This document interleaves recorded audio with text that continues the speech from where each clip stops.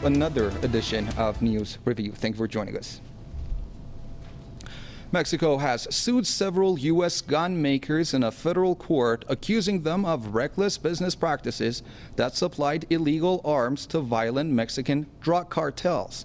The lawsuit was filed in the U.S. District Court of Massachusetts. It alleges that the American companies knew their business practices, I should say, had encouraged what it called a, quote, torrent of illegal arms trafficking into Mexico, leading to thousands of deaths. Foreign Minister said the objective of the lawsuit is that the companies in question compensate Mexico's government for the damages caused by their negligent operations. Mexican officials said the lawsuit sought an estimated $10 billion.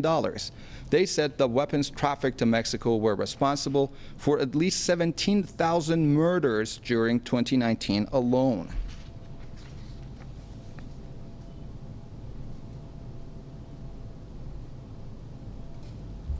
Joining me to discuss this issue further is Jose Carreno Figueras. He is a foreign affairs columnist for El Heraldo de Mexico, joining us out of Mexico City, and also Nick Ayala. He is an editor for ANTICONQUISTA, joining us out of New Jersey. Gentlemen, thank you both for joining the program. So I want to start off with our guest in Mexico City. Mexico alleges that gun makers are fully unnoticed of massive trafficking of their guns into Mexico, but haven't implemented any measures to control the flow of weapons.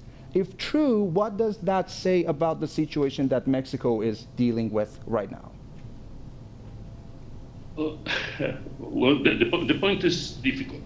Number one, while it is true, absolutely true, that the contraband, that the traffic of weaponry between the U.S. and Mexico is almost unabated, almost non-stop.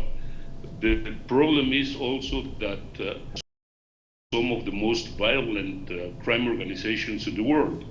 So it is, as we say in Mexico, the hunger and the wish to eat are getting together. So we are having now about 20,000 deaths this year so far. We have a problem where some people claim that the Mexican government, in this case, is unable to stop that violence. And the fact also that, again, the weapons trafficking from the US to Mexico is non-stop. So it is a very difficult situation. And it is very much also a question of domestic politics, both in Mexico and the US. Nick, reportedly and allegedly, these guns are falling into the hands of drug cartels and criminals in Mexico. Well, obviously, gun manufacturers are benefiting from this, maximizing their profits, but some think the game is much bigger than this. Some say that the U.S. has a share in the profits made by the drug cartels. Do you see any truth in that? And if so, what are the implications? Well, the reality is that the black market trade in gun exports makes up about $127 million for gun dealers and the corporations in particular in the United States. So say that doesn't have some sort of share or some sort of interest that the U.S. gun manufacturers have in this black market trade, I think is foolish. They clearly have an investment in this trade. Without the selling of weapons not only to Mexico but also dumping weapons in places like Syria, Iraq, Afghanistan into war zones, and Mexico, given the intense violence that many of the cartels and the criminal underground runs, can be considered in some parts a war zone. This is a major profit opportunity for many of the gun manufacturers and gun corporations here in the United States. And that's, you can't separate that profit motive and the desire for these corporations from their desire to also put weapons into whatever community they can find that will be able to get them more money. So I think there is a connection, and a very clear connection between the two. The U.S. corporations have, at the same time, or the U.S., I should say, as a nation as a whole, has become the #1 exporter of weapons across the globe. More than 1/3 of all weapons bought or imported from for other countries are coming from the United States. So there's a clear profit incentive, and there's a clear connection between the profits for these gun corporations and this black market trade. Mm-hmm. Thank you so much.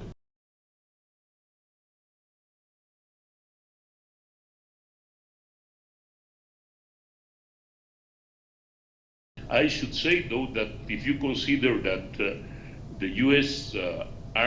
The market in the United States for that kind of arms, this kind of arms, it was last year about $9 billion, and that maybe, I mean, the export market, as he says, is an important market in general. The black market, I do not know, because most of the weaponry arrives in small batches. So, and this is sold in small armories or fairs or things like that. I don't know. I do not disagree, but I'd say that a lot of this is basically small in small pieces. Now, having said that, I think that the most benefited are the weapons merchants in the South and the Southwest. So, and they are really selling without any checking, without any problem to whoever wants to buy. So it is. I do not disagree. I cannot disagree with the numbers, but I would add only that it's, again, there is a hunger and the wish to eat, and both of them are together. Okay. Nick, Ayla, some say the measure is likely. The U.S. Congress passed a law in 2005 protecting gun companies from liability for harm caused by unlawful use of guns. What's your take?